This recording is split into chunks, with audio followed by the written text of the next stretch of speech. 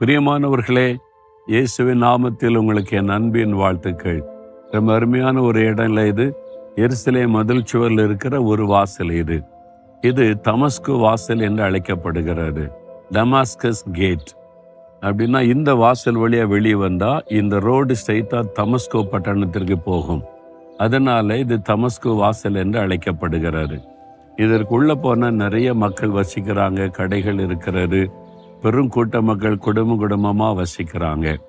இது வழியா உள்ள போய்த்தாக்கி நம்ம ஏரோது இருந்த அந்த அரண்மனை, பிலாத்தினுடைய அரண்மனை இதெல்லாம் பார்க்க முடியும்.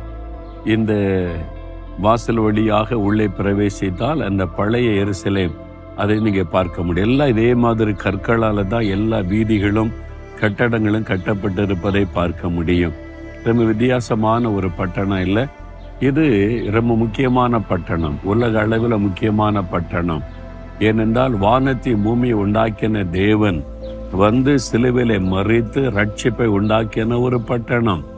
இங்கதான் ஒரு மரணத்தை ஜெயித்து உயிரோடு கூட எழுந்தார்.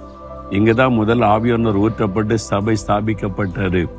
இங்கதான் இயேசு திரும்ப வரும் பொழுது இதே பட்டணத்துலதான் ராஜாதி ராஜாவாக இருந்தவர் அரசாட்சி பண்ணி முழு உலகத்தை ஆளுகை செய்வார்.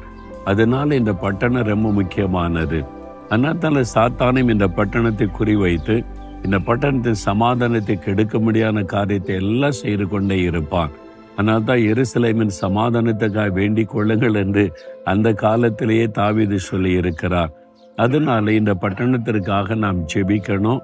இந்த பட்டணத்தில் சமாதானம், ஆசீர்வாதம் உண்டாகணும், ரட்சிப்பு உண்டாகணும். இங்க இருக்கிற மக்கள் எல்லாம் ரட்சிக்கப்பட நம்ம கருத்தா ஜெபிக்கணும். சரி, ஆண்டவர் இன்னைக்கு என்ன வார்த்தை எனக்கு தருகிறார்? ஆதியாகமம் 26ஆம் அதிகாரம் 3வது வசனம். ஆண்டவர் என்ன சொல்றார் தெரியுமா?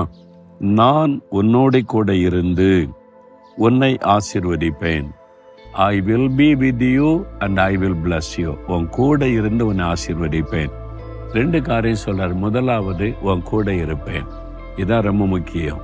ஆண்டவர் கூட இருந்தா அதான் பெரிய பாக்கியம். வானத்தை பூமி உண்டாக்கின தேவன் நம்ம கூட இருந்தா எங்க போனாலும் கூட இருப்பார். நீங்க வேலைக்கு போறீங்களா, ஊழியத்துக்கு போறீங்களா, படிக்க போறீங்களா, அல்லது பிசினஸுக்கு போறீங்களா, எங்க போனாலும் கூட இருப்பார். அதுதான் நமக்கு ஒரு பெரிய பாக்கியம். என் கூடவே எப்பொழுது ஆண்டவர் இருக்கிறார்னு சொன்னா அதை விட ஒரு பெரிய சந்தோஷம், பாதுகாப்பு எதுவுமே கிடையாது. ஆண்டவர் வாக்கு கொடுக்கிறார், நான் உன்னோட கூட இருந்து முதலாவது உன் கூட இருப்பேன்னு சொல்றார். ஆனா நீங்க கர்த்தரோடு இருக்கணும். நீங்க கர்த்தரோடு இருந்தால் கர்த்தர் உங்களோடு இருப்பார். புகைப்பிடிச்சுக்கிட்டே இருக்கிற ஆளோட ஆண்டவர் இருக்க முடியுமா? குடிக்கிற ஆளோட ஆண்டவர் இருக்க முடியுமா?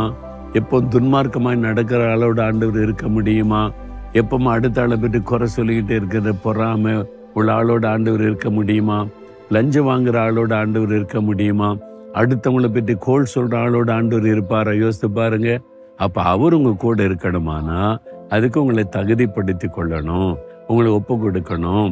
அது தகுதி எப்படி நம்ம படுத்தோம்? அவரு தான் செய்ய முடியும். நானே உன்னை பரிசுத்தமாக்குற கர்த்தர் அப்படின்னு சொல்றார். அதனால்தான் தினமும் காலையில் எழும்பி, ஆண்டவரே என்னை பரிசுத்தப்படுத்துங்க, என் கூட இருங்க, உங்களை துக்கப்படுத்துகிற எதுவும் நான் செய்திடக்கூடாது, என்னை விட்டு நீர் விலகி போற மாதிரி எதையுமே செய்து விடாதபடி என்னை காத்து கொள்ளுங்கன்னு ஜெபம்.